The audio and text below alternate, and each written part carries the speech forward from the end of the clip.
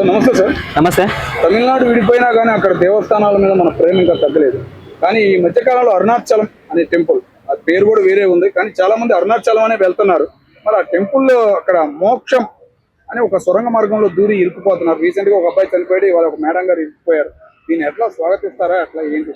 నిజంగా చెప్తున్నా, ఎవరైతే తెలుగు ప్రజలు లేకపోతే తమిళనాడుకి ఎవరు వెళ్ళినా సరే, లైక్ అరుణాచలంకి నిజంగా ఒక దేవస్థలాన్ని ఒక దేవస్థలం లాగా చూద్దాము. అంటే మనకి ఏదైతే కోరికలు ఉంటాయో మనం నెరవేరుస్తామో, మనం దేవుడి దగ్గరికి ఒక పీస్ఫుల్ అంటే మనశ్శాంతి కోసం పోతాం, దేవుడిని చూడడానికి పోతాం. అట్లాంటిది కానీ ఆ మోక్ష మార్గం నుంచి పోతేనే లేక ఏదో మనకు వస్తుంది, ఇక్కడ మోక్షం వస్తుంది అన్నట్టు ఏం లేదు. ఎందుకనంటే 365 రోజులు తప్పులు చేసేసి ఒక్కరోజు తప్పు చేయకపోతే మనకేం మోక్షం వస్తుందని కాదు. ఎవరైతే లైక్ కొంతమంది ఉంటారో, లైక్ ఎవరైతే దూరగలుగుతారో కాదండి. ఇప్పుడు ఎవరికైతే కొంచెం ఒబిసిటీ ప్రాబ్లమ్స్ ఉంటాయి, కొంతమంది లావుగా ఉంటారు, కొంతమంది ఇంకా గుండె జబ్బులతో ఉంటారు. మీరు అంత లావుగా ఉండి అంత చిన్న మార్గంలో పోతారని చెప్పేసి మీరు ఎట్లా అనుకుంటారండి? అంటే దేవుడు పంపిస్తాడని చెప్పేసి మీరు అనుకుంటారో లేకపోతే ఏమనుకుంటారో? మీరు నిజంగా మీరు ఇలానే చచ్చిపోతే, మీరు ఇలాగనే దూరి ఏదో సాధిద్దామని పోతే అంటే నిజంగా మీ ఇంట్లో ఉన్న మీ ఫ్యామిలీకి ఒక కరువు అనేది వస్తుంది. ఇంకొకటి, ఏదైతే మన సనాతన ధర్మాన్ని కాపాడుతున్నామో ఈ మన సనాతన ధర్మం మీద కూడా ఒక బాధ్యత కూడా పోతుందని చెప్పుకోవచ్చు మనం. ఎందుకనంటే ఎక్కడి నుండో మనం ప్రయాణం చేసి అక్కడికి వెళ్తాం. మన తెలుగు ప్రజలు కూడా చాలా మంది వెళ్తారు.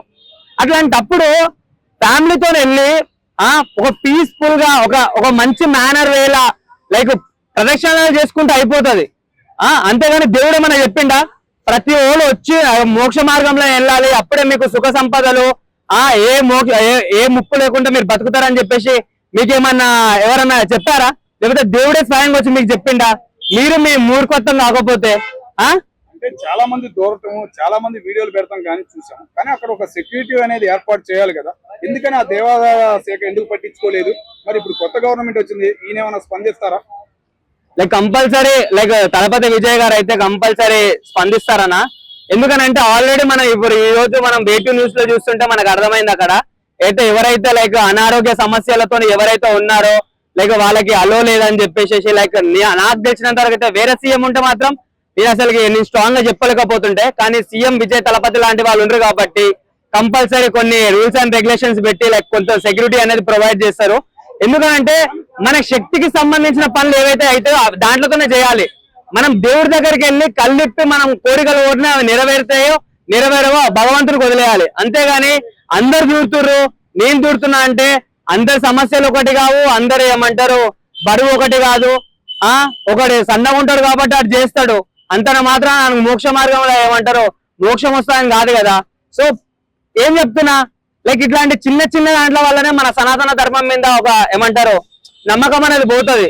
సో మనం ఆడికి వెళ్ళేది ఫ్యామిలీతో ఎంజాయ్ చేయడానికి, ఒక మనశ్శాంతి అంటే ఏదైతే మనకి ఇంట్లో దొరుకుతలేదో ఆ మనశ్శాంతికి మనం లైక్ వెళ్తామని చెప్పుకుంటారు. దేవుడు మన ఏమంటారు కుటుంబాన్ని లైక్ మంచిగా చూస్తాడని చెప్పేసి పోతాం. అంతేగాని మీరు ఆడికి వెళ్ళి చచ్చిపోయి మళ్ళా కుటుంబానికి భారం అయితే అవ్వకండి. మళ్ళా మీరు చచ్చేది కాక మళ్ళీ అట్లాంటి పుణ్యక్షేత్రమైన మంచి ప్లేస్ కి లేక ఒక చెడ్డ పేరు అయితే తీసుకురాకండి అని చెప్పేసి నేను ప్రతి భక్తులని లైక్ ప్రతి ఎవరైతే లైక్ టెంపుల్స్ కి వెళ్ళే లవర్స్ ఉంటారో నిజంగా చెప్తున్నా, వాళ్ళకు కూడా చెప్తున్నా, కొంచెమన్నా like common sense like use చేయండి. చదువుకున్నాం కదా, చదువుకున్నాం కాబట్టి లైక్ ఆ విధంగా లైక్ పోండి, లైక్ మంచిగా వెళ్ళి ఎంజాయ్ చేయండి, దేవుడిని కల్లారా చూసొచ్చి ఏమంటారు ఆ ప్రసాదం అనేది పొందండి.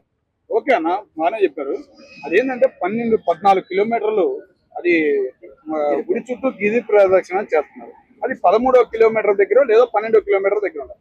ఆ టయానికి అక్కడికి వెళ్ళేపాటికి బాడీ అలసిపోవడం కానీ ఏదో ఒకటి అయ్యింది. మరి అటువంటి ప్లేస్ లో అది ఉండటం వల్ల ఎట్లా అంటారు దీన్ని? అన్న మెయిన్ గా చెప్పాలంటే కొన్ని మూఢనమ్మకాలు ఉన్నాయన్న. ఏంటనంటే 10 మంది పక్క ఉంటారు, వాళ్ళు దూరుతున్నారు, స్వామి నా మీద కరుణ చూపిస్తాడు, నేను కూడా ఏమంటారు ప్రయత్నిస్తే నేను కూడా వెళ్తా అని చెప్పేసి అని అంటారు. ఆల్రెడీ ఆ 12-13 కిలోమీటర్లు తిరిగి మనం డిహైడ్రేట్ అయిపోతాము. కనీసం అక్కడ నుంచి కనీసం ఒక 50 కిలోలు ఒక ఏమంటారు 15 కిలోల బరువు లేప అంటే కూడా మన వల్ల కాదు. అట్లాంటి సమయంలో అట్లాంటి ఏదైతే చిన్న ప్రవేశం ఉందో ఏమంటారో మోక్ష మార్గానికి ఆ వేళ వెళ్ళి మనం ఇరుక్కపోయి మన బాడీ ఎంత డ్యామేజ్ అయిపోతుంది. అక్కడ చావకపోతే ఇంకేం చేస్తారు? ఆడ మళ్ళీ చచ్చినా సరే మీ కొంతమంది ఏమంటారు కామన్ సెన్స్ లేని వాళ్ళు అంటారు లైక్ చచ్చిపోతే ఏమంటారు మోక్షానికి వెళ్ళిర్రు అని చెప్పేసి అనుకుంటారు. కానీ మనం చేసిన తప్పులు చేసేసి దేవుడి మీద దోయకండి. లైక్ సనాతన ధర్మాన్ని కాపాడుకుందాం. లైక్ ఏవైతే మనకు రూల్స్ అండ్ రెగ్యులేషన్స్ లైక్ గుడి దగ్గర ఉంటాయో అవి పాటించేసి మనం చూసుకుందాం. ఇంకొకటి లైక్ సీఎం తలపతి విజయ్ గారు కూడా చెప్పాల్సింది ఏంటంటే సార్ ఏవైతే లైక్ దీని గురించే కాదు కొన్ని రేపులు కూడా జరుగుతున్నాయి ఏవైతే లైక్ ఇంత ముందు జరిగినాయో దాని మీద ఎలా అయితే మీరు ఒక ఏమంటారు లైక్ ఒక గవర్నమెంట్ ఒక అథారిటీ తీసుకున్నారో లైక్ దీని దగ్గర కూడా ఒక అథారిటీ పెట్టి ఒక సెక్యూరిటీ పెట్టేసి లైక్ ఎవరైతే బుద్ధిహీనులు ఉంటారో వాళ్ళకి బుద్ధి వచ్చేటట్టు కొంచెం లైక్ చెప్తారని మనస్ఫూర్తిగా కోరుకుంటున్నాను. ఎందుకంటే తమిళనాడులో ఉంది కాబట్టి you have to care for that.